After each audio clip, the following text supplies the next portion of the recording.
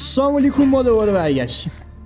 آقا داشتیتون برگشته با یه اتچمنت خفن، با یه اتچمنت نابی، با یه اتچمنت زیبا، جادار، مطمئن، یخچال فریزرهای امرسان.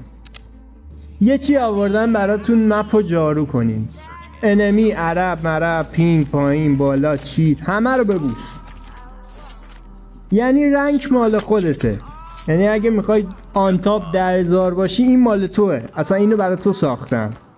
لودات برنامه ریزی شده، تاکتیکی تاکسیکی، یعنی یه جوری که اصلا مغز یارو گیر پاج میکنه. نگاه کن همین نرسیده من اومدم پشتش. سرعت گام بالا، سرعت تو بالا یا اول فصل. بسم الله شروع میکنی درو کردن. خیلی مهمه که همون اول بازی که بازی شروع میشه این آدرنالینه رو به خودت بزنی، سرعت زیاد چه برسی به بیس انمی. اصلا مهم نی دوره نزدیکی. نگاه جونم به اینگان اتچمنت ها رو یعنی میخوام واسه تون بذارم مپو درو کنید. جلو باشه، دور باشه، عقب، نزدیک، اصلا مهم نی. مهم گان دستتو. ببین چی آوردم برات. الان اثری از ابراهیم حاتمیکیا رو بهتون نشون میدم. این اولیش ریلود رو میزنی، ریلود 1 ثانیه. این دومیش HP 1 صدم، HP 1 صدم. برو تو دل انمی تضمینی با من. یعنی یارات نوبن گیم و چاری چقدی اینو در میاری، ورق برمیگرده. بازی مال توه، وین برا توه. میخوام اسمشو بذارم اتچمنت چیت قانونی تو کالاف. یعنی اصلا معرکه کارو بگیر.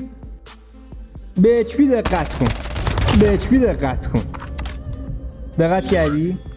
پشمات ریخت. حالا بیا اتچمنت رو بهت بدم. قبلش سابسکرایب کن، این ویدیو رو لایک کن، کامنت برام بذار، این ویدیو رو بفرست برای دوستات، اونا هم ببینن. تکخوری نکن، کار کثیفیه. کارو بگیر. میخوام چند تا چیز دیگه نشونت بدم و اتچمنت. بسم الله الرحمن الرحیم. آره دیگه بقیه‌شو خودت بلدی. نگاه کن، یعنی یوتیوب رو شروع کن تو. یعنی با این اتچمنت برو تو کار یوتیوب. چون انقدر کیل میگیری دیگه اصلا نیازی نداری به چیز خاصی، به کار خاصی، به کسی. برو تو یوتیوب، چون اصلا کیلات زیر 10 تا نمیشه تو بازی، تو مچ. اینجا برادر ما رو با RPG زده، فکر کرده کار زیبایی کرده. برادر درست فکر کرده، اما برادر باید کلید اسرار هم میدید، چون یهو برمیگرده به خودش. نگاه رنج گانو تمام. الوعده وفا. اینا رو اسکرین بگیر واسه دوستاتم بفرست. تکخور نباش، بابارم ببوس. خیلی دوستتون دارم. تا ویدیو بعد تبریکسی باشید.